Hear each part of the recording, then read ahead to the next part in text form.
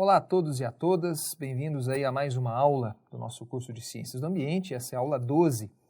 E, como nós começamos na semana passada, nessas 3 semanas, hoje sendo a segunda delas, nós trataremos sobre gestão da energia. Na semana passada falamos rapidamente sobre bioenergia e na aula de hoje nós falaremos, é quase um desafio fazer isso, sobre alguns aspectos teóricos que envolvem a energia solar, a energia eólica e a energia hidráulica, presente no Brasil abundantemente nas últimas décadas.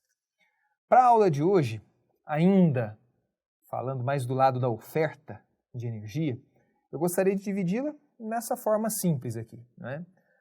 O foco nosso, em função das fontes alternativas de energia que nós vamos tratar aqui, ele é um foco em eletrificação, em eletricidade. Então, como que fica a transição energética frente à eletrificação, a geração e o consumo de eletricidade? E depois falaremos então desses aspectos técnicos, conceituais, gerais, sobre esses 3 tipos alternativos de se produzir eletricidade, sendo que as 2 primeiras estão em franco desenvolvimento no mundo hoje. Muito bem. Quando nós falamos de geração de eletricidade, nesse primeiro gráfico aqui nós temos a geração de eletricidade em terawatt-hora, unidade energética, no mundo. O que nós observamos nesse gráfico não é algo muito diferente do que nós observamos quando a gente fala do consumo de energia primária no mundo, por exemplo. Embora a eletricidade, como eu falava na última aula, é uma energia por definição secundária. Ou seja, essa fonte energética ela é produzida, ela é gerada a partir de recursos primários.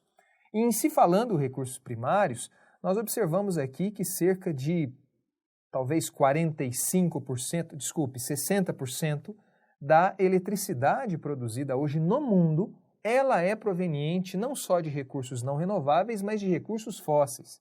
Então nós temos aqui carvão mineral, em preto, em cinza um pouco mais escuro o petróleo, que para a geração de eletricidade não é tão utilizado quanto o carvão mineral e não é tão utilizado quanto o gás natural. Então aqui nós temos os recursos fósseis contabilizando cerca de 60% da geração de eletricidade no mundo hoje é proveniente de recursos fósseis, dados de 2019, perdão.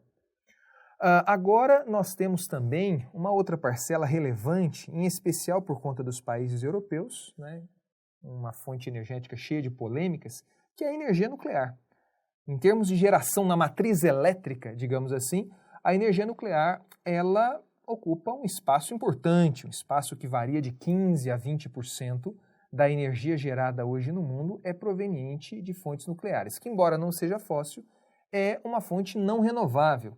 E, como eu dizia logo atrás, é uma fonte muito cheia de eu não vou dizer preconceitos, mas de receios de segurança, de bomba atômica, de segurança nuclear, como vocês já devem perceber. Um pouco acima, em termos de contribuição da energia nuclear, nós temos aqui a energia hidrelétrica, ou energia hidráulica. A energia armazenada, energia potencial armazenada nas águas, que transforma-se em energia cinética e movimenta as turbinas e, consequentemente, os geradores, gerando eletricidade. Temos uma contribuição de cerca de 20% da eletricidade produzida no mundo proveniente da hidrelétrica. Nós vamos ver na aula de hoje que o Brasil ele é muito mais relevante essa fonte, como vocês já devem saber. E, por fim, essas 3 últimas aqui, nós temos em amarelo a energia solar, em verde, em marrom, logo aqui nós temos a energia eólica, do vento, o wind, e depois as outras fontes, energia geotérmica, por exemplo. O que chama atenção é que, tirando a energia hidráulica, que já é algo consolidado, esse gráfico aqui está se iniciando na meados da década de 80, então a contribuição percentual da energia hidráulica nesse período de 1985 até 2020 se manteve proporcionalmente semelhante, mas nós observamos que vamos dizer, em meados aí da década de 90, nós temos um aparecimento um pouco tímido dessas fontes, em especial aqui a energia solar e eólica. mas visivelmente, né, se observa aí nos últimos anos, em especial nas últimas décadas, né, vamos pegar de 2010 até 2020, o crescimento da utilização dessas fontes energéticas para a geração de eletricidade tem sido bem relevante.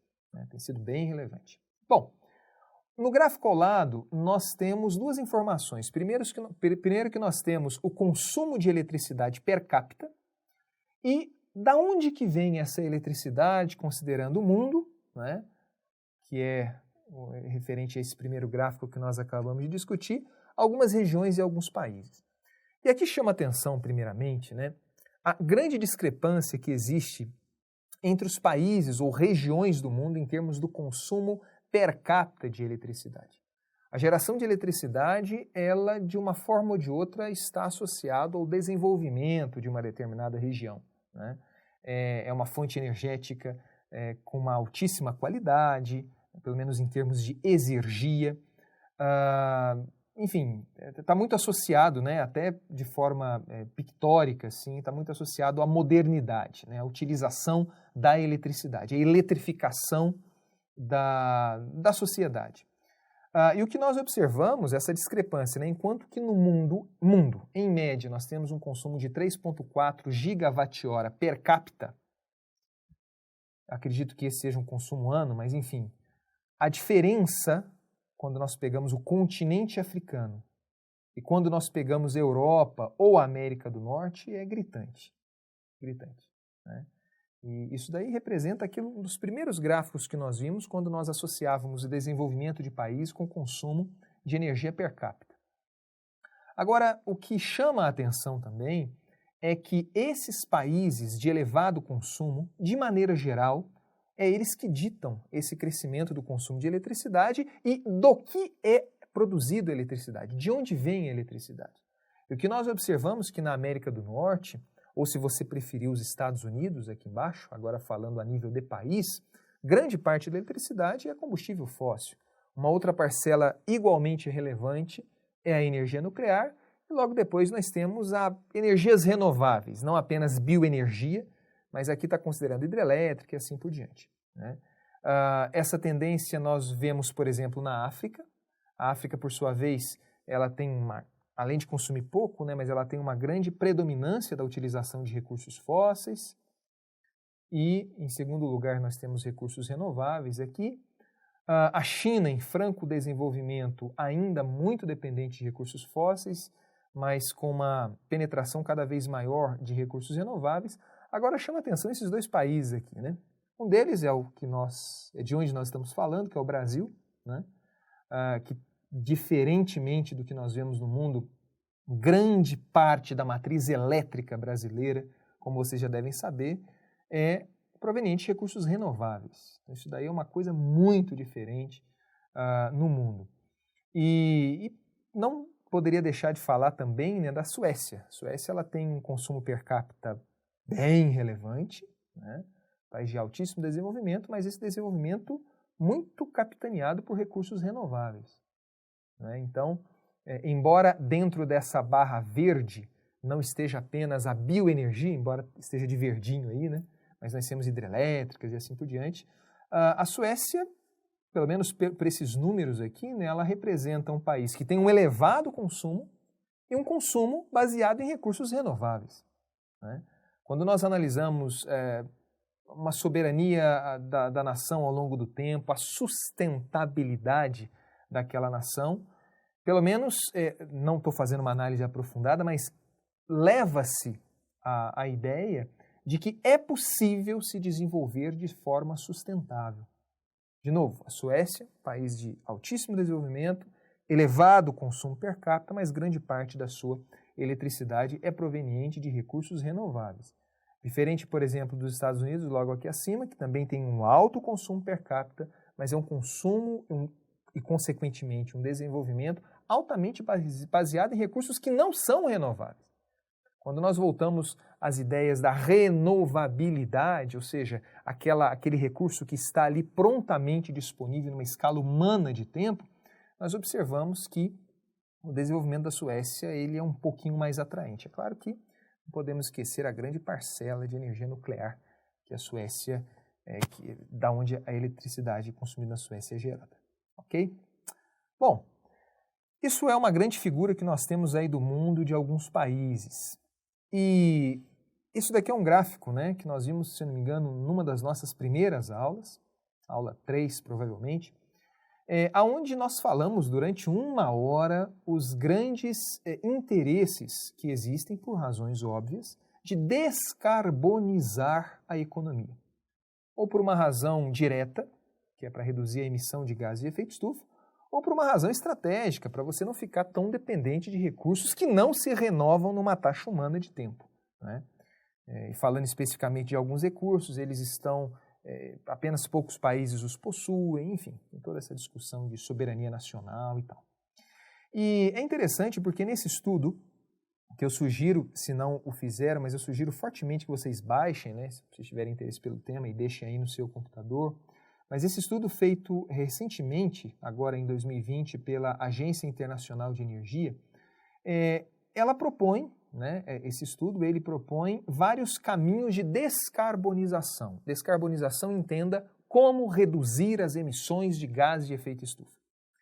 E a eletricidade, né, e consequentemente a geração de eletricidade low carbon, né, ou seja, a geração de eletricidade a partir de fontes renováveis, ela é um dos grandes responsáveis, ou pelo menos através desse estudo, é apontado como um dos grandes responsáveis, um dos grandes pathways, uma das grandes formas de promover essa descarbonização. Então a gente está falando no ano de 2070, aonde, teoricamente, de acordo com os cenários, né, para atingir aqueles cenários de redução de temperatura, né, mas em 2070 a economia ela tem que ter um crescimento zero, ela tem que ser zero carbono, né? E uma das formas de você garantir esse zero carbono, crescimento zero em termos de emissão, ok? Não no crescimento zero da economia, obviamente, mas uma das formas é você garantir a eletrificação. E a eletrificação, de acordo com esse estudo, em 2070, vai ser responsável por mais ou menos 20% da redução de emissões de gás de efeito estufa. Então tem aí um papel muito relevante a longo prazo, a médio e longo prazo, de descarbonização da economia. Entenda eletrificação como sendo, né, como o próprio nome diz, muitos processos eles se tornarem dependentes, eles só ocorreriam através do uso da eletricidade. Isso daí pode ser feito na indústria, nas residências, que já é um grande consumidor, né, de eletricidade, mas no transporte, temos aí os veículos elétricos, então tudo isso daí são formas, são exemplos de eletrificação. E o que nós vemos é o seguinte, aqui de acordo com esse estudo, nesse estudo, de novo, repito, sugiro que vocês baixem esse estudo, mas ali eles sempre analisam ao longo, né, das 200 páginas do estudo ali, eles sempre analisam 2 cenários. Esse primeiro cenário aqui são cenários baseados nas políticas atuais de eletrificação, diminuição de gases de efeito estufa, aqueles compromissos assumidos pelos países no âmbito dos acordos climáticos, né? E nós temos aqui, por sua vez, cenários obviamente mais agressivos, mas que apenas através destes cenários, que se baseiam muito naqueles objetivos da ONU, né? Sustainable Development Goals, alguma coisa assim. E naqueles objetivos da ONU, e apenas, de acordo com o estudo, apenas com estes cenários mais agressivos, vai ser possível alcançar uma economia nula de carbono em 2070. Então, como que... É interessante esse gráfico porque ele mostra como que, a partir de 2019, né, se nós mantivermos os compromissos atuais dos estados, representados aqui no primeiro, ou se nós formos mais agressivos, como que a eletrificação da sociedade, da economia, ela vai ocorrer. O que nós observamos é o seguinte, em vermelho nós temos a contribuição da eletricidade para a demanda final de energia, então não estou falando de energia primária, mas para a demanda final de energia em 2019. Então todos os pontos vermelhos estão no mesmo nível, né? Em 2070, agora nos triângulos azuis, nós observamos qual seria a contribuição da eletricidade na demanda final de energia em 2070, considerando os compromissos atuais ou considerando compromissos futuros. O que nós observamos, compromissos agressivos, o que nós observamos, né, é que através desses cenários agressivos, a eletrificação da sociedade ela será mais intensa. Na indústria, se nós mantivermos as metas atuais, a indústria praticamente ela não vai, nos próximos 50 anos, o setor industrial praticamente vai continuar mantendo a mesma dependência relativa de eletricidade, né? No setor de transporte existe algum avanço e no setor de construção o consumo de eletricidade até aumenta. Agora, quando nós analisamos cenários mais agressivos que propõem essa eletrificação como meio de descarbonização, nós observamos que a eletricidade na indústria passará a ser mais adotada. Cerca de 60% do consumo de energia final na indústria será proveniente de eletricidade. Um outro ponto importante é o transporte, né? Nesses cenários mais agressivos, espera-se uma penetração maior de veículos elétricos, ou seja, cerca de 40% em 2070 do transporte será eletrificado.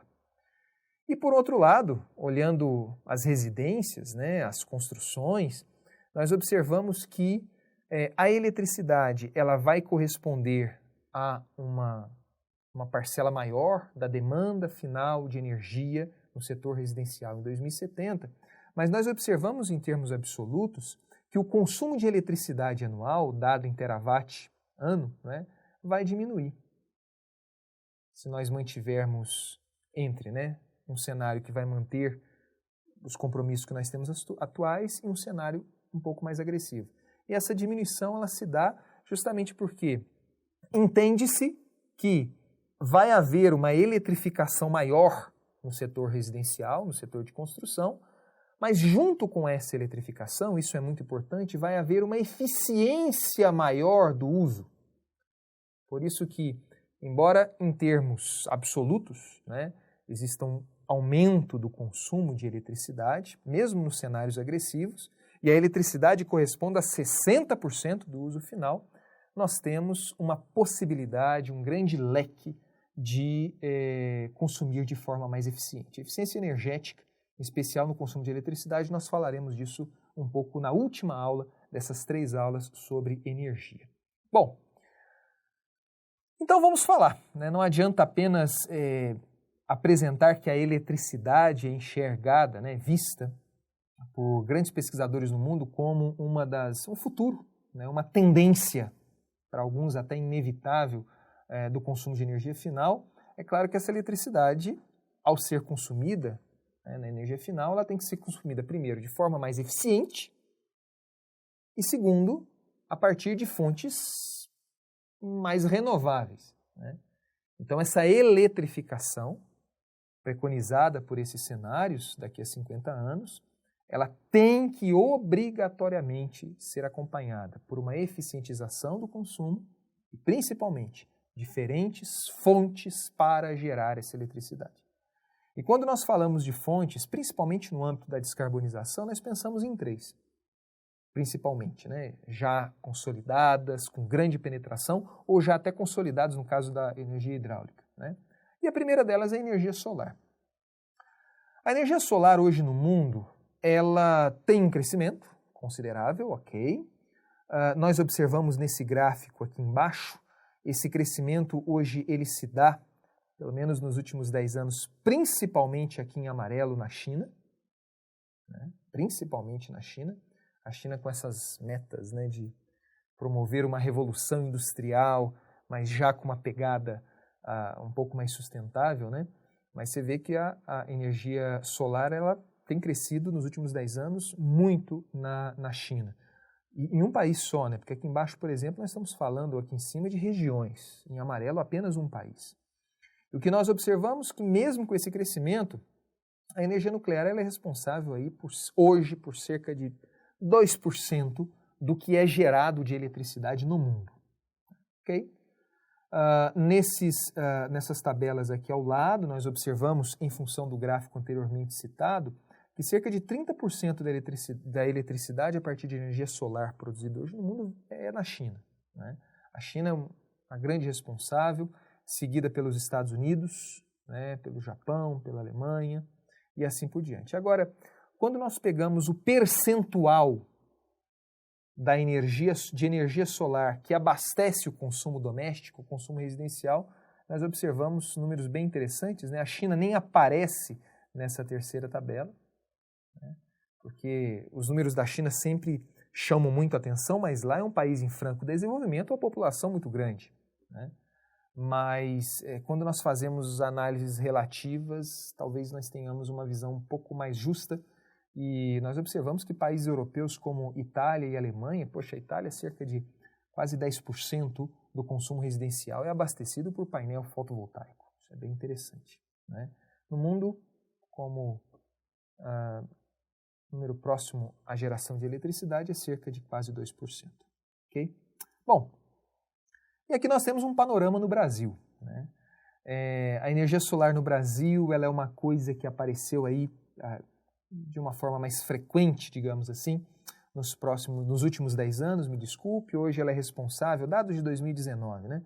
Cerca de 1,5%, ou era responsável, cerca de 1,1% da eletricidade gerada total no Brasil.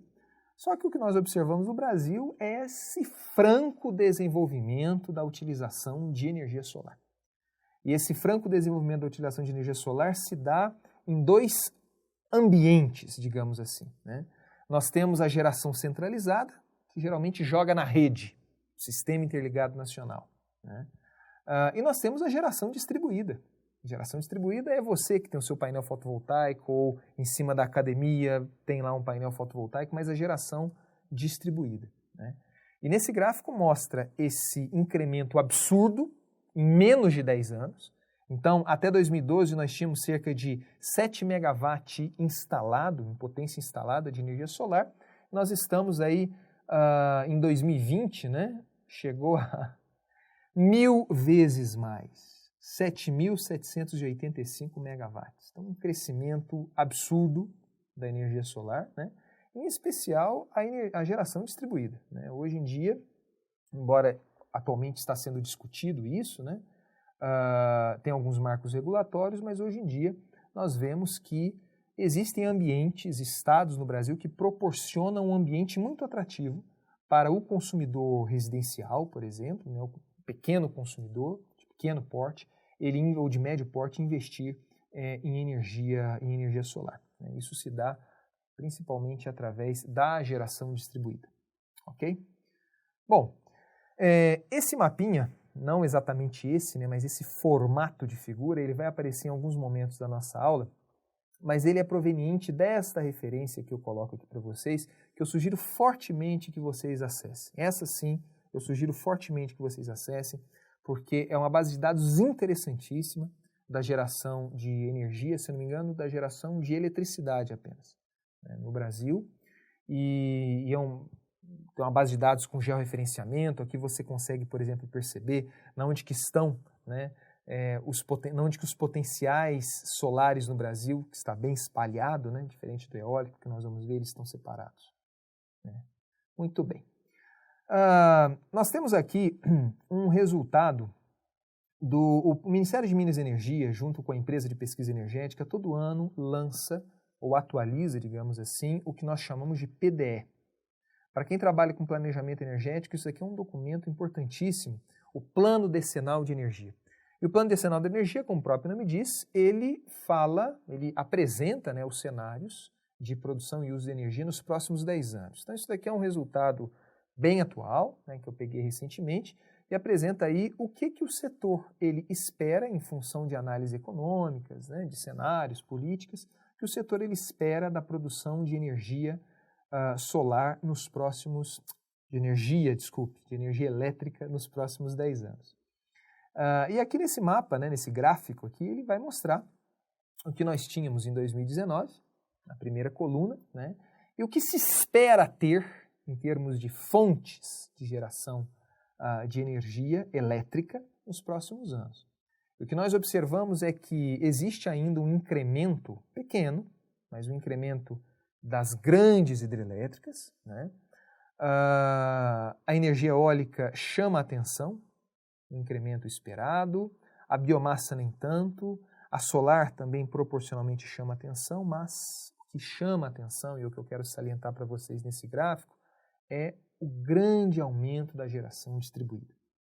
O grande aumento da geração distribuída, que nesse documento eles colocam até, fazem estimativa para 2 cenários. Um cenário que eles chamam de verão, um cenário que eles chamam de verão. Acredito que esses números estejam invertidos, mas o cenário verão, né, que seria um cenário com ambiente econômico atrativo para investimentos, redução de tributos para geração distribuída, né? Então, nós temos esse potencial, que é o potencial retratado aqui embaixo. Nós temos um cenário primavera, eu não me engano aqui a ordem dos cenários, mas a ideia é essa. Esse número menor seria um cenário que já existe uma certa tributação, mas os investimentos ainda continuam atrativos, mas mesmo assim isso proporcionaria uma redução da expansão da capacidade instalada de geração distribuída. Mas o que chama atenção, independente se é primavera, verão, independente do cenário, é que quem vai carrear, quem vai capitanear essa expansão da geração distribuída será, nos próximos 10 anos, a energia solar fotovoltaica. Né? Então, vocês como futuros engenheiros, eu suponho que nos próximos 10 anos vocês estarão aí exatamente vivendo essa realidade. Né? O Brasil ele já possui uma matriz energética fortemente baseada em recursos renováveis, mas hoje percebe-se uma transição interna bem interessante para a geração distribuída, né? Para pessoas, como eu e você, gerar a minha própria energia ou produzir a energia e vender. Né? Nada de empreendimentos gigantescos ligados a um sistema. Posso gerar a minha energia, inclusive para o autoconsumo. Okay?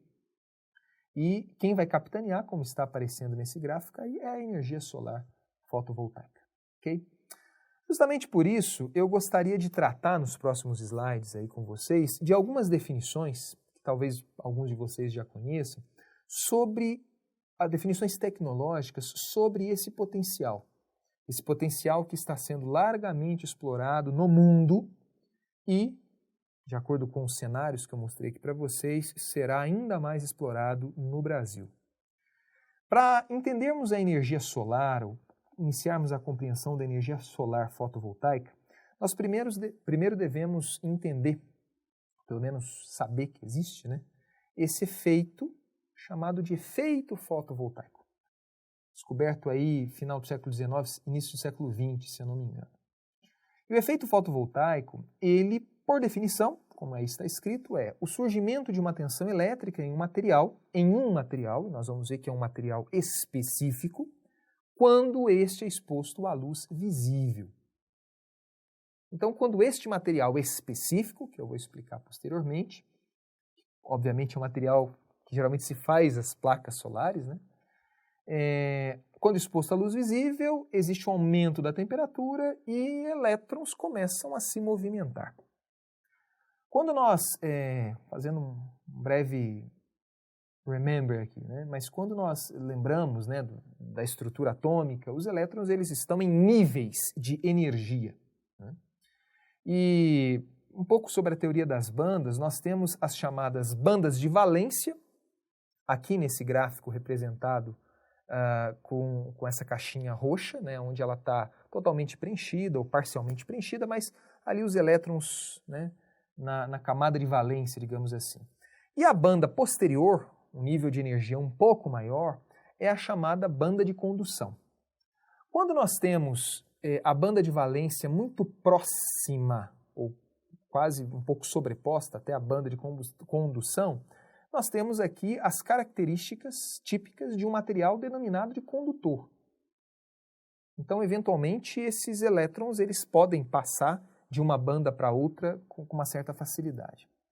Indo para outro lado, quando nós temos a banda de valência muito distante em termos de níveis de energia da banda de condução, o band gap, que é o que nós chamamos esse espaço aqui, né, esses elétrons eles não têm energia suficiente para migrar para essa banda de condução. Isso caracteriza os materiais que nós chamamos de isolantes.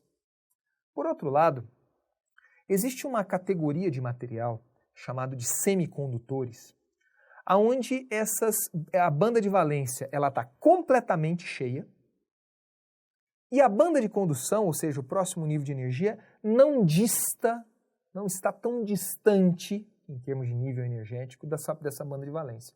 Ou seja, o band gap que existe aqui ele não é tão grande. De modo que a exposição ou a energização, digamos assim, externa desses elétrons permite que esses elétrons eles migrem, eles saltem, né? A exposição desse material semicondutor a uma energia a luz visível, por exemplo, né, energia solar, permite que esses elétrons eles saltem para a banda de condução.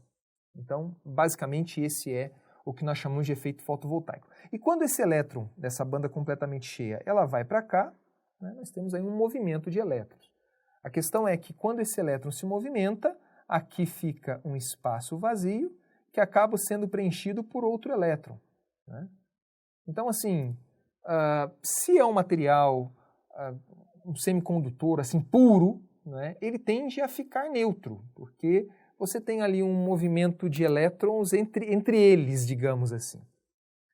Para que um movimento, digamos assim, contínuo de elétrons, ele seja favorecido, você deve introduzir na estrutura deste material semicondutor átomos que doem elétrons, ou que têm um potencial de doar elétrons, e átomos que, por sua vez, têm um potencial de receber elétrons.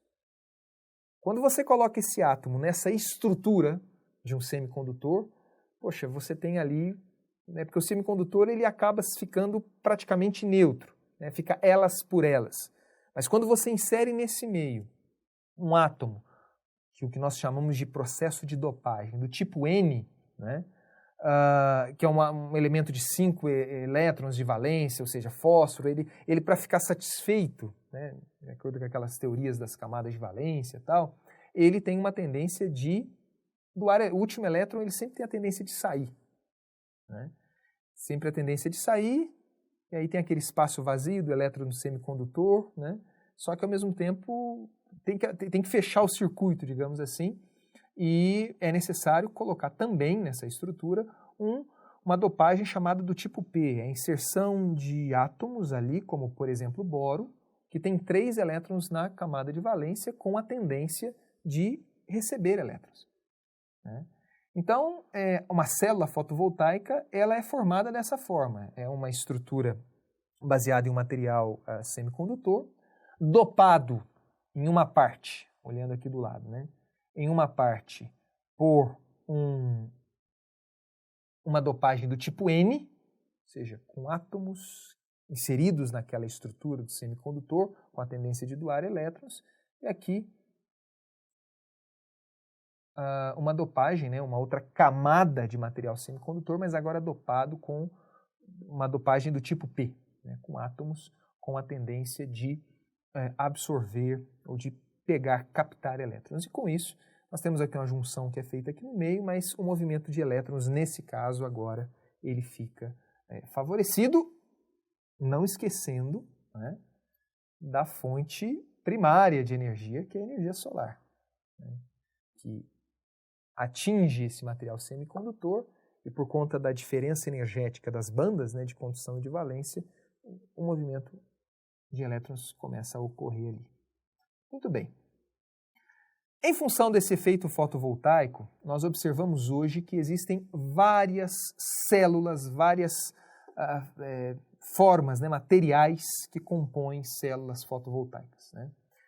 Eu sugiro, vocês têm um material dessa aula, que nesse slide aqui, todos isso aqui que está aqui embaixo, né, são hiperlinks. Então você pode clicar e ao clicar nesses links aqui, você tem a descrição dessas células fotovoltaicas, né? Sendo que a mais comum, essa primeira, é a célula fotovoltaica de silício cristalino. Okay? São todos feitos de material semicondutor, com essas dopagens, com essas características, mas, de novo, nunca esquecendo que a fonte primária é a radiação solar. Aqui nós temos um gráfico que nós vimos anteriormente, né, a radiação solar que interessa para a célula fotovoltaica geralmente está aí na ordem do visível, no comprimento de onda, né, do visível, então nós estamos falando de algo mais ou menos nesse intervalo aqui embaixo, né? E aqui, em termos de energia, né, em termos de energia, em cima, né, no topo aqui, a luz solar sem absorção atmosférica, ou seja, aquela radiação solar no topo da atmosfera, e logo depois existe um decaimento, né? Esse decaimento, grande parte, é em função da composição da atmosfera a seletividade dos átomos, né, de certos elementos presentes na atmosfera, que estão associados à absorção dessa radiação, né? Mas o que nos interessa, né, se você vê aqui em vermelho, seria a radiação incidente a nível do mar, né? E o que nos interessa é justamente esse intervalo aqui, que é o mais adequado para as placas solares. Bom, aqui nós temos, né, não sei se vocês vão conseguir ver, mas o material eu acredito que fica mais fácil, mas nós temos aqui uma tabela, né, um gráfico muito interessante, falando da eficiência das células fotovoltaicas. Até agora eu não estou falando de painel, que é composto por várias células. Aqui das células fotovoltaicas, né? Ao longo dos anos, nós estamos falando de células desde 1975, alguns projetos até pararam, né? E até 2015, se eu não me engano, que eu tenho dados aqui. O que nos interessa, pelo menos em termos assim de mais popular, né, no mercado hoje em dia, são essas células baseadas em silício cristalino. E nós observamos em azul, né, principalmente as que chegaram até aqui, mas nós observamos que a gente está falando de eficiências, e entenda a eficiência como está aqui em cima, né? O percentual da potência produzida em relação à potência incidente. Nós temos uma radiação incidente, né? Ou seja, temos uma radiação incidente na célula fotovoltaica, né? E essa célula fotovoltaica, a partir dos movimentos de elétrons, tal, você tem uma energia produzida. Então você tem uma energia incidente, radiação incidente, uma potência que seja, né, incidente, e uma energia produzida. E a gente está falando, quando nós fazemos essa relação, a gente está falando de uma eficiência de cerca de 25%. Né? Ou seja, 25% da energia incidente, né, ela é transformada em energia. Eu conseguiria, através das células fotovoltaicas, em energia. Existem eficiências que chegam a 46%, mas aí são células aí, com várias junções, né? A forma da célula ela é um pouco diferenciada.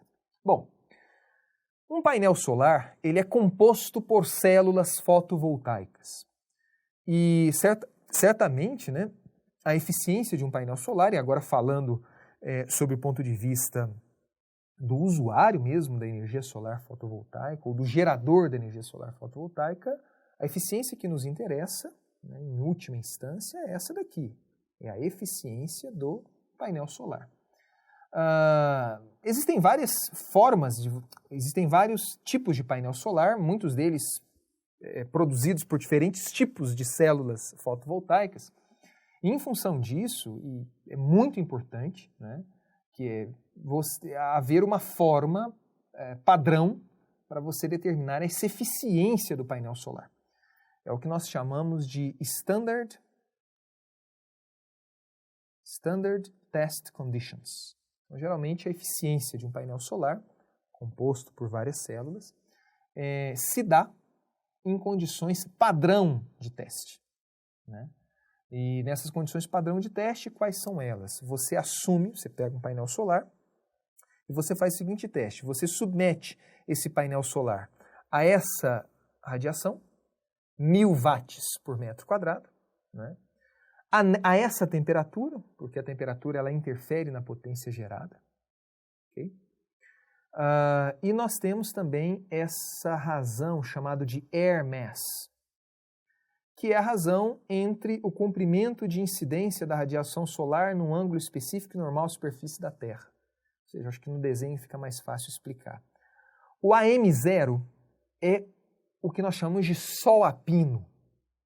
Então nós temos a superfície da Terra, e a superfície da Terra, a incidência dos raios solares se dá no ângulo de 90 graus. O AM 1.5, a incidência se dá num ângulo um pouco mais inclinado. Isso acaba interferindo, né? Aqui está mais um desenho do AM5, né? Isso aqui acaba interferindo justamente porque você tem, né, um comprimento maior, né, um comprimento L aqui maior de atmosfera, digamos assim, que aquele raio ele vai atravessar, diferente desse daqui, que esse comprimento ele é um pouco menor, né? Mas isso aqui são as condições teste, condições padrão de você testar um painel solar. Sabendo que o painel solar ele é composto por células fotovoltaicas e a própria composição, né? Vocês olharem aqui, você tem as células fotovoltaicas aqui, você tem uma cobertura de vidro, de antirreflexo, né? Claro que isso daí gera perdas.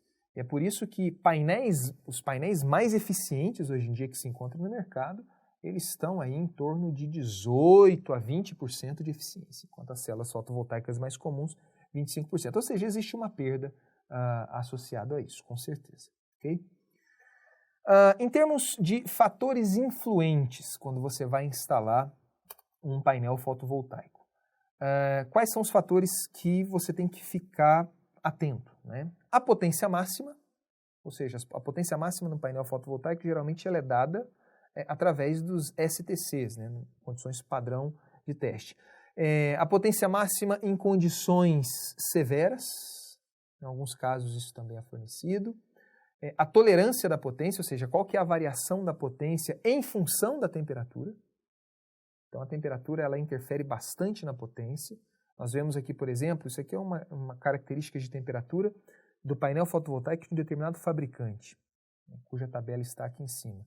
Então você observa que para cada grau acima das condições padrão, 25 graus, né, você tem uma redução de potência de uma redução, né, de 0,41%. Então isso daí é uma coisa que você deve considerar. Certamente a eficiência do painel, a eficiência total do painel é importante, né, vai depender muito da maneira como ele é feito. Já falei dos coeficientes de temperatura. As boas condições do painel. Painel, você tem que ter uma certa manutenção, uma limpeza, né, para garantir a incidência mais efetiva. E aqui eu chamo a atenção para vocês um efeito que agora não está sendo tão comum, mas quando começou essa onda de painel fotovoltaico, você via com uma certa frequência, que é o chamado de hotspot. Isso se dá justamente quando você tem um painel, vários painéis solares, obviamente eles estão interligados entre si, e uma parcela ou parte de alguns painéis, né, são sombreados pela casa, por uma árvore, né? Isso não é legal porque isso daí causa regiões de aquecimento. Quando você sombreia, meus caros, acaba a fonte de energia que é o sol, né? Então gera ali certas regiões de aquecimento e pode causar o que está mostrando aí aqui nessa foto, ok? Bom, nesse gráfico aqui nós temos dados bem interessantes. Sugiro, se vocês tiverem interesse no tema, em acessar esse link aqui em cima, né? E aqui nós temos, nesse primeiro gráfico, a informação da irradiação global no Brasil.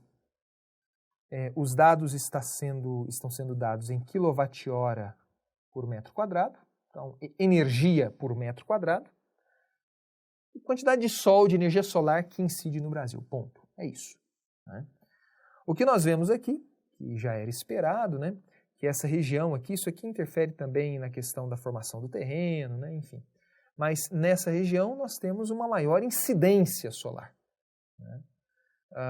O que não impede que você utilize a energia solar em outras regiões, mas existe uma maior incidência solar aqui na região Nordeste, como era de esperar, a posição dessa região em relação à linha do Equador, enfim. Esse gráfico aqui ao lado, esse mapa aqui ao lado, já transforma toda essa, porque nós sabemos que, claro, tudo começa com a energia solar, mas não é só. Você tem a questão do material, você tem a questão da temperatura, você tem a questão das condições testes, né, que são obedecidas ou não. Então tem várias questões que devem ser obedecidas para, ao final das contas, eu estimar um potencial solar daquela determinada região. E esse segundo gráfico, ele mostra exatamente o potencial fotovoltaico, já em geração de eletricidade, através de painéis fotovoltaicos do Brasil. É claro que os mapas são muito próximos, né? Uma vez que a irradiância, né? Tudo começa de novo, né? Com a energia solar, mas o que esse gráfico aqui nos oferece, nessa escala, é em quilowatt-hora por quilowatt-pico. Quilowatt-hora, uma unidade de energia. Então, quanto de energia que eu posso gerar por 1000 watt-pico instalado? O que significa watt-pico, no caso aqui, quilowatt-pico? Essa unidade de potência, ela é típica de sistemas fotovoltaicos.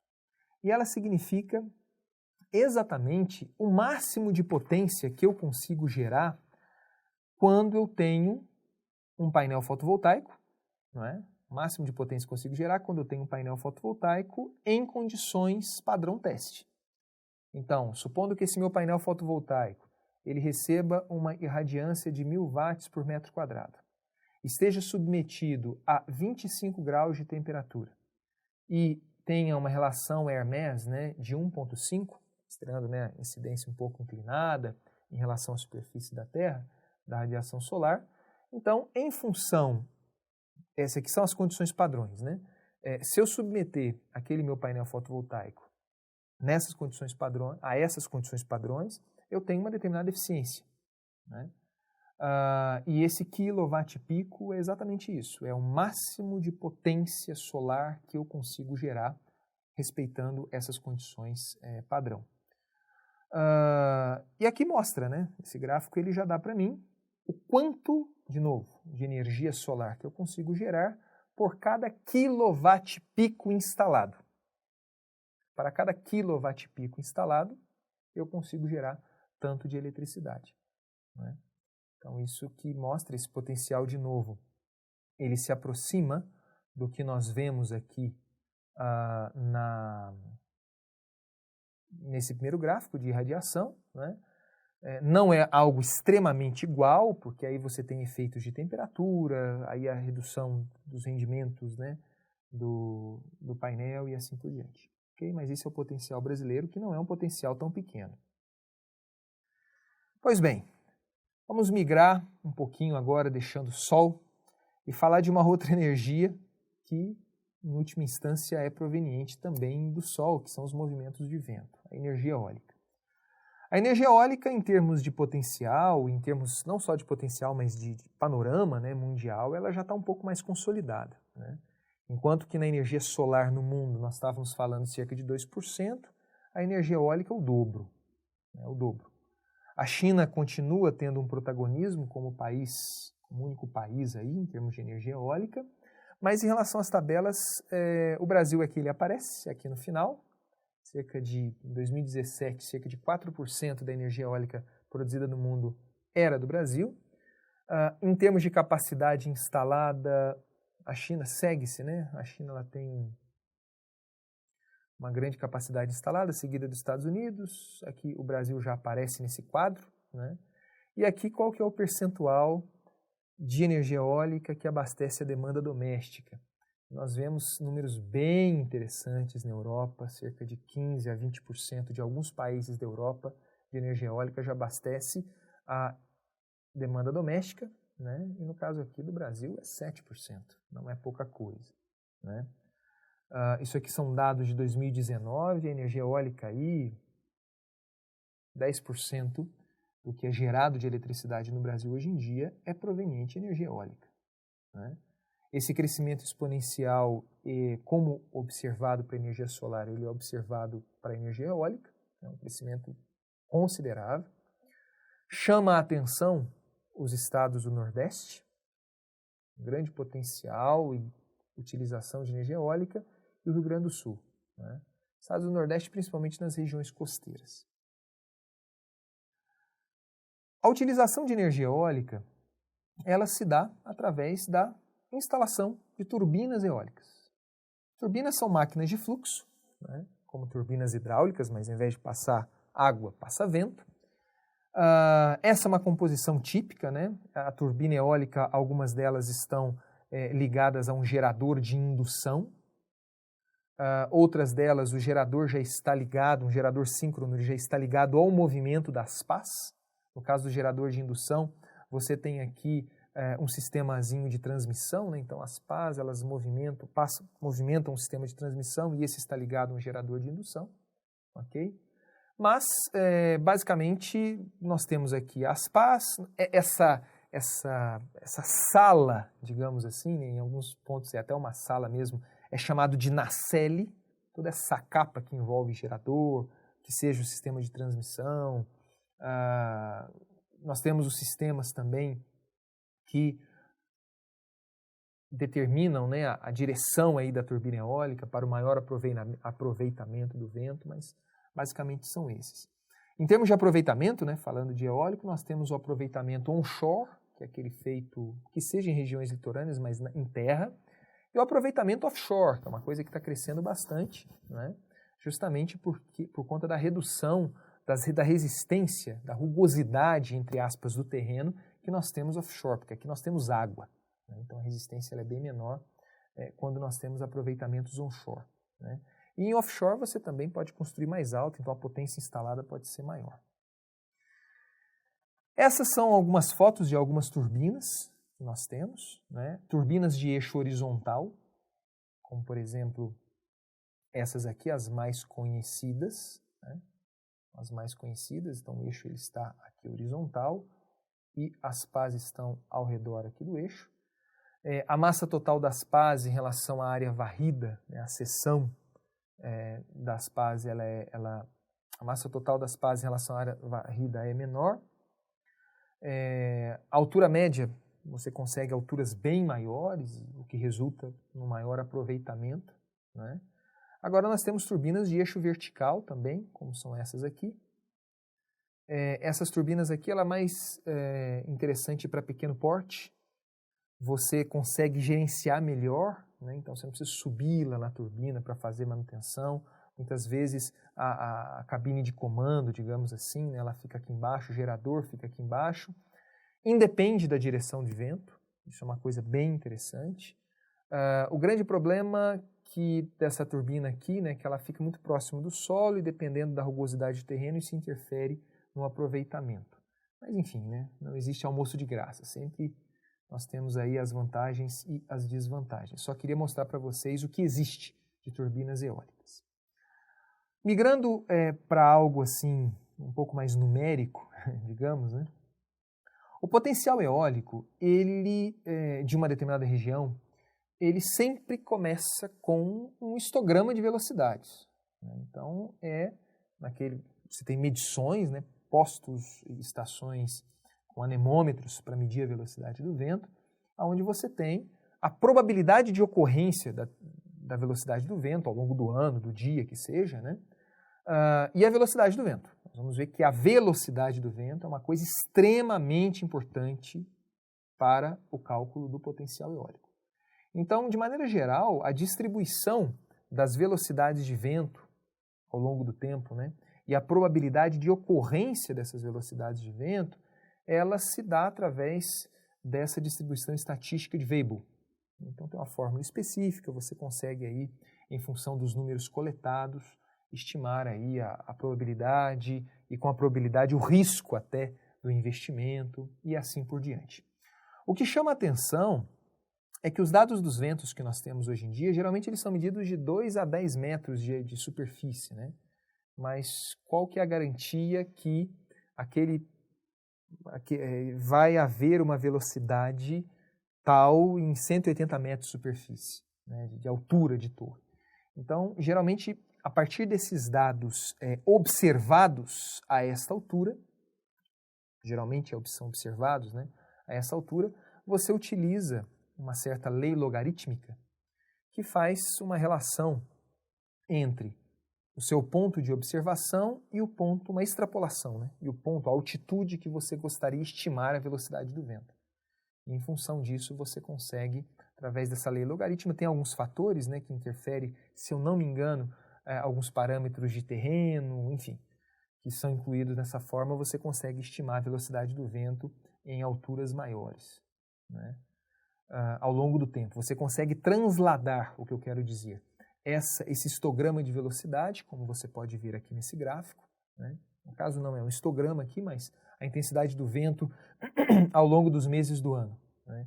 Então você tem dados observados aqui a 2 metros, mas você consegue transladar aí até para 100 metros, que se for o caso, ok? Pois bem,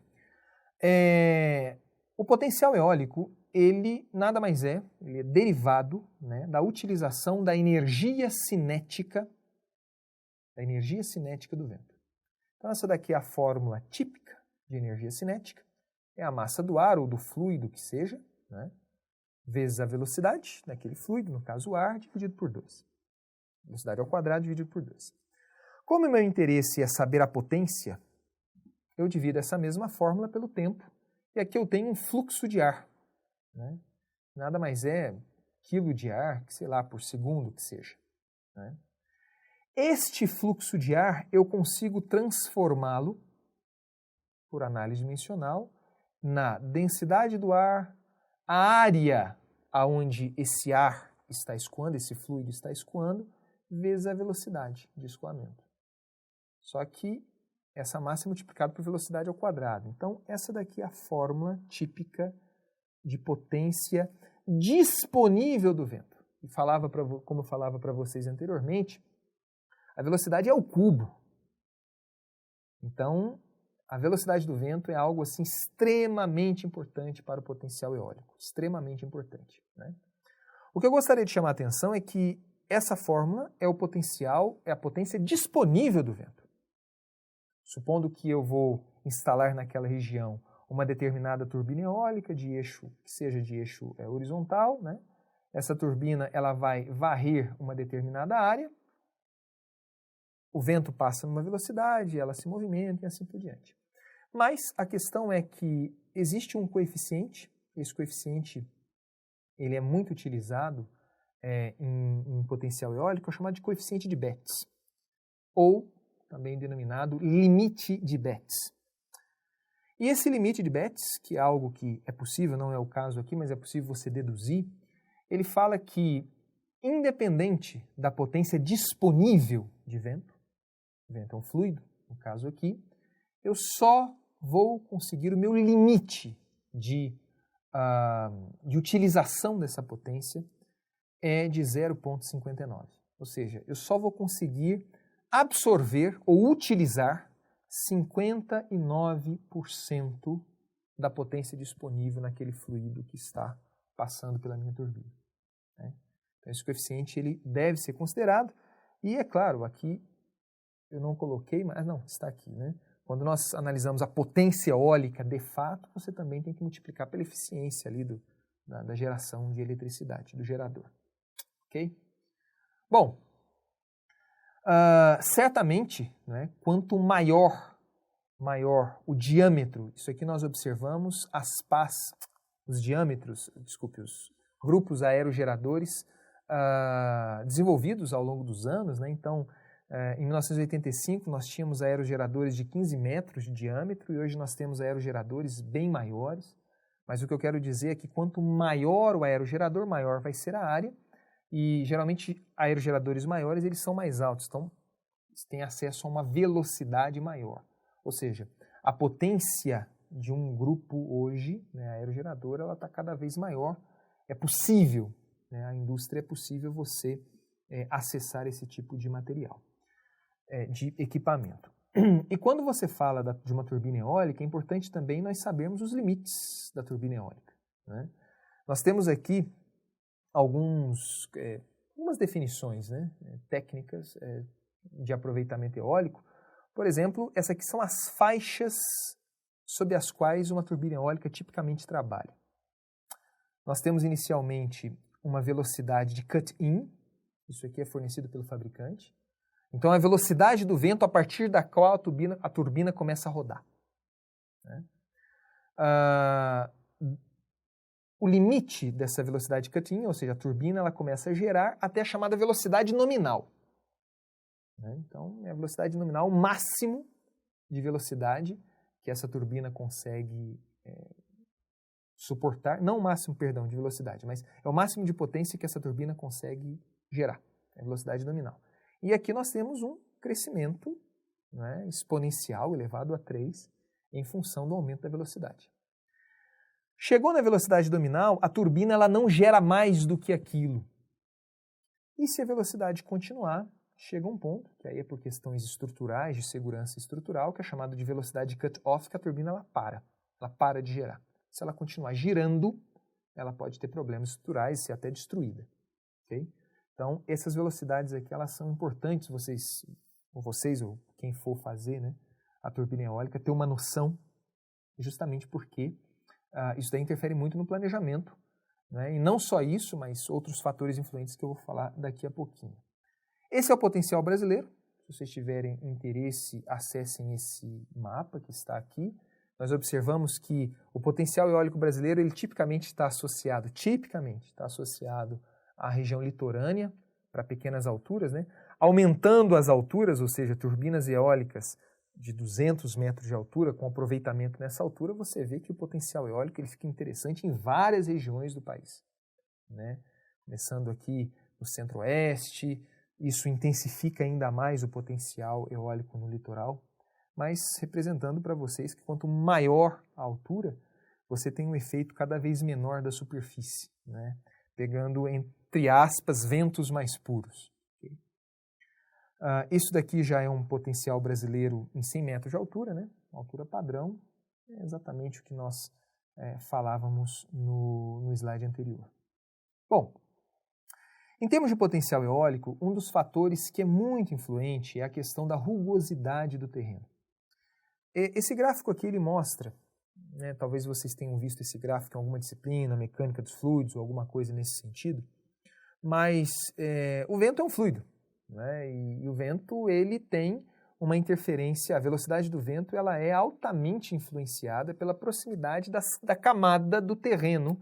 Em mecânica dos fluidos nós falávamos do escoamento de um fluido numa tubulação e o perfil de velocidade ele era algo mais ou menos assim, né, salvo engano.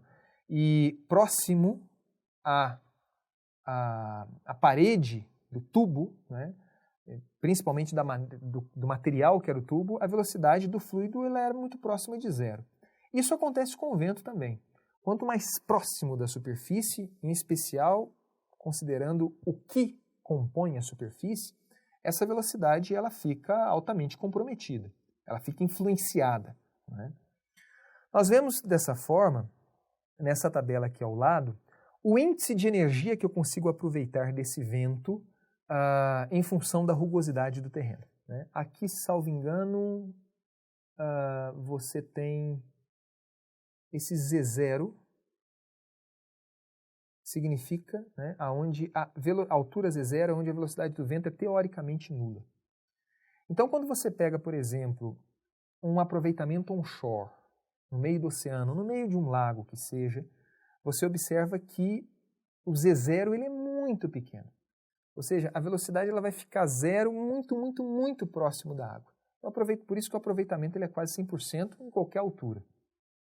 Quando você pega, indo para o extremo oposto, em cidades muito grandes, vamos pegar algo um pouco, que seja, cidades muito grandes, né? Que tem a rugosidade, a questão do asfalto, os próprios arranha-céus que interferem, né?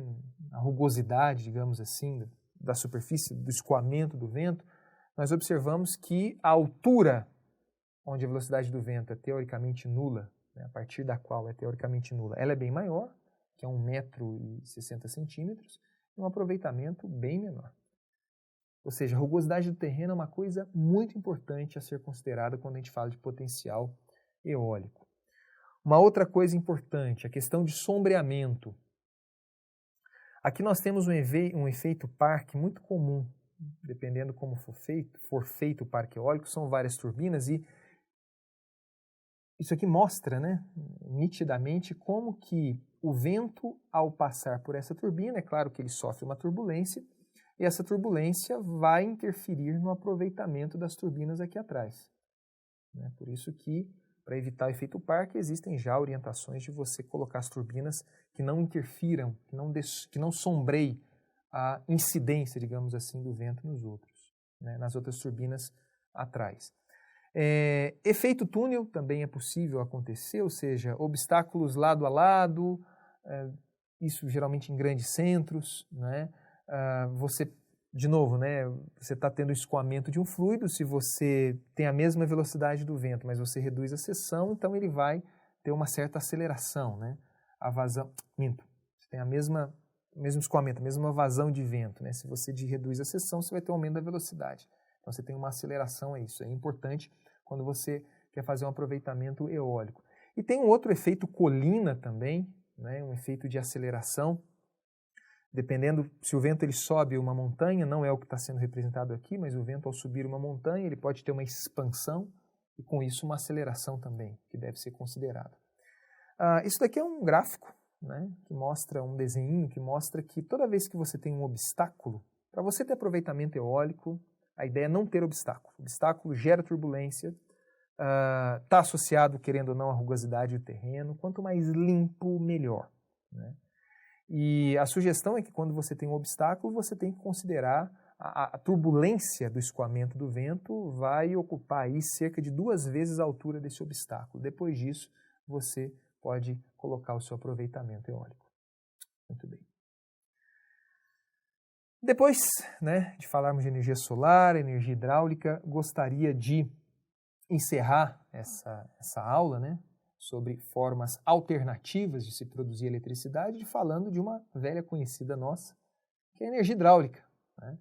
Energia hidráulica já muito consolidada no mundo, então 15 a 20% da eletricidade no mundo, como eu falei no primeiro slide, ele é proveniente da energia hidráulica, né? A China, de novo, ela se apresenta aí como um país, né, importante para a produção de energia hidráulica, mas não é o único, né? Não é o único. Nós vemos aqui nessas tabelas que o Brasil aí ele já ocupa, responsável por quase 10% da energia hidroelétrica no mundo, geração de eletricidade do mundo, né? O potencial instalado também, e o percentual da hidroeletricidade que abastece a demanda doméstica. É claro que em termos comparativos. E aí o Brasil ele só perde aí para a Noruega, né? De fato, assim, cerca de 75% da eletricidade produzida no Brasil hoje é proveniente de hidrelétrica, né? Houve, né, nas últimas décadas aí uma movimentação para empreendimentos de menor porte. Então, essa aqui é uma classificação, uma das classificações que existe, né? O HE, né, usina hidrelétrica, quando você tem uma potência instalada maior que 30 MB, a PCH, pequena central hidrelétrica, de 1 a 30 MB, CGH menor que 1 MB, mini e micro, né? Então isso aqui é uma classificação em função da potência instalada. Só para vocês terem uma ideia, né? Nós temos aqui, salvo engano, os grandes empreendimentos hidrelétricos no Brasil, né, majoritariamente localizados aqui na região Centro-Sul, uma região que sempre demandou historicamente bastante energia. Chamo a atenção para vocês de alguns, né, o Belo Monte lá no Pará, no meio do Pará, Sobradinho aqui na Bahia, um caso sério na engenharia nacional, Itaipu aqui fazendo divisa com o Paraguai. E aqui esse mesmo mapa do Brasil, né, agora com um zoom falando das PCHs e das CGHs, onde que elas estão, né? Principalmente também na região Centro-Sul e na região Sul. Ok? Bom, o aproveitamento hidroelétrico ele depende diretamente, né, de um fluxo de um fluido. Não é um vento, mas é a água, né? E a ideia do aproveitamento hidroelétrico é justamente você transformar a energia potencial, né, da água, que está numa determinada altura, em energia cinética. Então, toda vez que você tem um aproveitamento de nível, né, você muda o nível desse fluido da água, né? Então você tem aqui um delta, uma diferença de energia, e a água nós sabemos que ela desce morro abaixo, né? Esse delta aqui, ele é aproveitado transformando em energia cinética, e essa energia cinética, aí nós já falamos que nem do vento, vai movimentar uma turbina, a turbina ligada a um gerador e assim por diante. Se vocês tiverem interesse, vocês podem ver, essa é uma dedução muito tosca, né? Muito simples, mas essa daqui é a fórmula da potência hidráulica, né? Nós temos aqui o cálculo da potência hidráulica, da potência disponível, digamos assim. Ela depende basicamente da vazão daquele rio, né? E da altura da queda. Da vazão e da altura da queda. Então, isso daí que é o que interfere, a altura por conta dessa diferença de potencial, vazão por conta da transformação do potencial em energia cinética. Vazão, que é dado em metros cúbicos, no caso, por segundo, e o aproveitamento, a altura do empreendimento, que é em metros, né? É claro que dessa potência hidráulica disponível, né, eu tenho aí a eficiência da adução, que transporta a água do ponto de captação dela até a turbina, a eficiência da turbina, o rendimento do gerador, do trafo, se for para a linha de transmissão, né? Então, devo multiplicar tudo isso de modo que eu consiga estimar de fato a potência elétrica gerada. Uma coisa que é muito importante, quando nós falamos de energia de fluxo, eu falava disso na energia eólica e o raciocínio é muito parecido no caso da energia hidráulica. É o histograma de vazões, no caso aqui. Tá? Nós chamamos de histograma de velocidade de vento, né? Mas aqui é um histograma de vazões. O Brasil ele tem uma série histórica muito boa, né? Vários postos hidrométricos no Brasil, muitos deles, ou para não dizer todos, pode ser acessado através desse site da Hidroeb, e ali você tem vários rios, né? Vários pontos onde você mede a vazão daquele determinado corpo hídrico, enfim, ao longo de anos, né? Medições diárias, hoje muita coisa está automatizada. A grande importância, né, a grande ideia, né, em função desse histórico de vazões, é você, para uma tomada de decisão, é você definir, ou você fornecer, né, você calcular o que nós chamamos de curva de permanência de vazões. A curva de permanência de vazões, ela nada mais é, nada menos é, do que a frequência que uma determinada vazão, naquele corpo hídrico, ela será igualada ou superada. Então você pega, por exemplo, vazões altíssimas de 1.000 metros cúbicos por segundo, a partir de uma série histórica de 20 anos, 30 anos, 50 anos, você observou que aquele rio, em cerca de 1% do tempo, ou menos, a vazão ela pode ser 1.000 metros cúbicos por segundo ou acima disso. Então, se você pegar aqui, por exemplo, isso aqui é muito importante até para o risco do empreendimento, né? Você pegar aqui, por exemplo, uma vazão 95%. Né? Isso significa que, nesse gráfico, em cerca de 95% do tempo, você pode esperar, em função da série histórica daquele corpo hídrico, que a vazão daquele determinado corpo hídrico vai ser algo em torno de 50 metros cúbicos por segundo. Isso é muito importante, como nós vamos ver nos próximos slides, para o cálculo de certas vazões de referência. Mas antes disso, eu gostaria só de definir aqui para vocês, né, chamar a atenção aqui para vocês de alguns termos, né, de alguns nomes. Aqui é um desenho muito simples, né, de um aproveitamento hidrelétrico. Então, nós temos um reservatório, a água está nesse nível, né, aqui não dá para ver tanta diferença, né, mas o gerador está num nível um pouco abaixo, então essa diferença de potencial transforma-se em energia cinética e essa energia cinética é aproveitada por esse gerador, né. É claro que eu sempre tenho que considerar o ponto da tomada d'água, certo? Então nós temos aqui a tomada d'água. Essa tomada d'água, antes da tomada d'água, me desculpem, né? Nós temos aqui um reservatório, se for o caso. O vertedouro, né, aqui para trás, é que vocês não conseguem. Muitas vezes é um vertedouro, por exemplo, do tipo Krieger, né? Uma coisa mais ou menos assim, a água, parte dessa água ela tem que verter aqui. Isso está muito associado às vazões de referência. Aqui nós temos a tomada d'água. Essa tomada d'água ela pode passar por um duto. Esse duto pode ser aberto, pode ser uma tubulação, né? Ou algo, como acontece aqui, eu não sei de onde que é essa figura, mas a casa de força, né, onde que está o gerador, ela fica na beira da barragem. Então é um duto mais ou menos desse estilo, que é o que nós chamamos de adução. Essa água, ao passar pela turbina, ela sai pelo canal de fuga.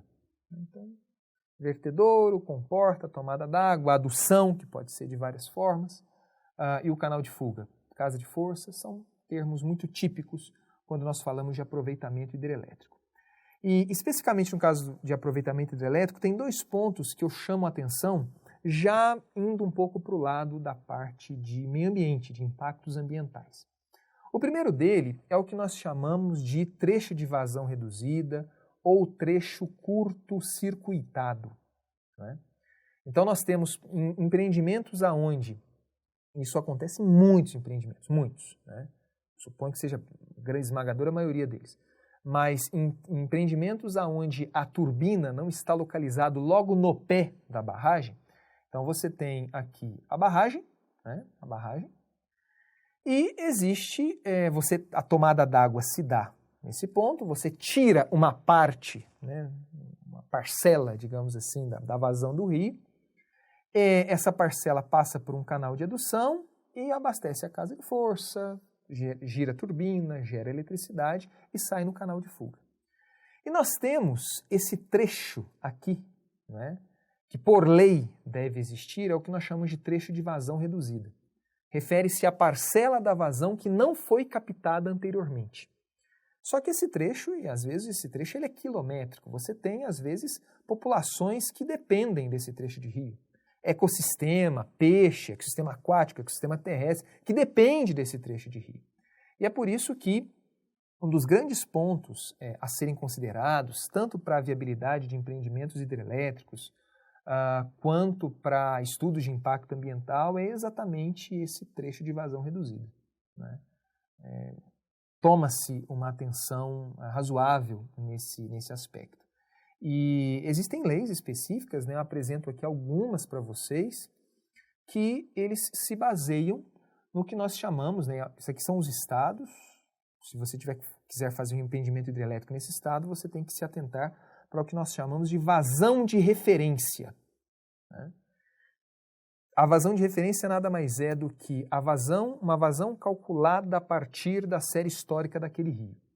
Nós temos a famosa vazão Q710, vazão de 7 dias consecutivos em 10 anos de retorno. A vazão Q90, se eu não me engano, ela é tirada da curva de permanência, ou seja, a vazão que em 90% daquele rio ela é superada ou igualada, vem da curva de permanência. Mas nós temos o seguinte, em função dessas vazões de referência, que o órgão ambiental competente vai falar, olha, a vazão é essa, no caso aqui você, da Bahia, de Pernambuco ou de Paraíba, Rio Grande do Norte, você pode utilizar 80% dessa vazão, você pode desviar 80% dessa vazão, ou 90%, ou 50%, sendo que o restante é a vazão que vai abastecer esse trecho de vazão reduzida. Okay? Isso é uma coisa muito importante quando você fala até da viabilidade técnico-econômica de um empreendimento. Saber qual que é a vazão que eu não posso pegar, né? E isso se dá justamente porque é muito comum, né, no estudo dos recursos hídricos de conflitos de uso de água. A vazão de referência ela é muito importante. Esses valores que eu apresentei aqui para vocês são exemplos de vazão de referência, mas eu não tenho certeza, eu acredito que sim, se eles são exclusivamente para empreendimento hidrelétrico, tá? Mas, independente, existe vazão de referência para empreendimentos hidrelétricos, isso daí é levantado na etapa do processo de licenciamento ambiental. Essa vazão ela tem que ser obedecida. E, por fim, um ponto extremamente importante quando nós falamos de empreendimentos hidrelétricos é a questão da área alagada. Hoje existe uma tendência, nas últimas décadas, né, eu participei um pouco dessa tendência forte, né, das chamadas usinas a fio d'água. Então são usinas que respeitam ali a própria formato do rio, né? Você consegue um aproveitamento com a potência um pouco menor, mas você respeita ali a água que tem, digamos assim, né, as usinas a fio d'água. E no caso das usinas a fio d'água, você não precisa de reservatórios, porque quando você fala de encher um reservatório, você tem problemas aí extremamente conhecidos, e tivemos alguns casos drásticos no Brasil, né, você enche o reservatório, você tem que realocar a população que vive ali. Eu não estou falando de coisa pequena, né, muitas vezes. Os impactos ambientais, as emissões de gases de efeito estufa em função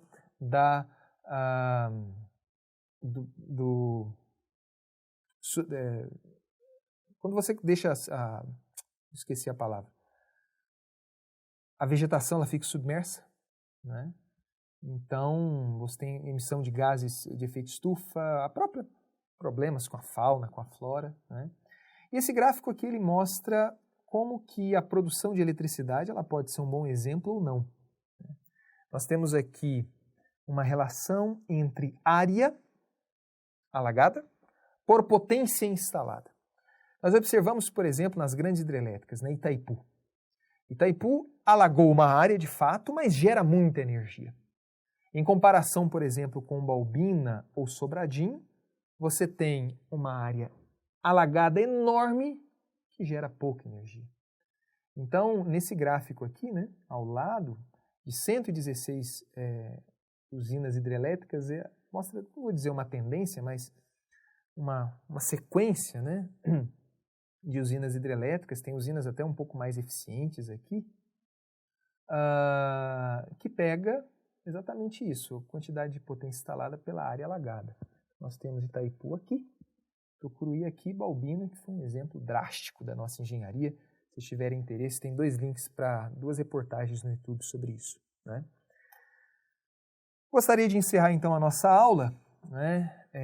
De novo, peço desculpas aí pelo adiantado da hora, não é comum ver isso nos outros temas, né, desse curso, mas é um tema muito abrangente, não tive nem tempo de falar dos impactos ambientais, mas acredito que eu tenha dado algumas luzes aí, que ao longo do trabalho com esse tema, né, nessa aula, nos exercícios que seja, espero introduzir esses temas através de textos ou de sites, né? Na própria apresentação já tem muito disso que vocês podem correr atrás. Agradeço muito a atenção e a paciência de vocês, espero que tenham tido aí uma ideia geral de formas alternativas de se produzir energia elétrica, né? Visando aí um horizonte cada vez mais próximo de descarbonização. Muito obrigado a todos.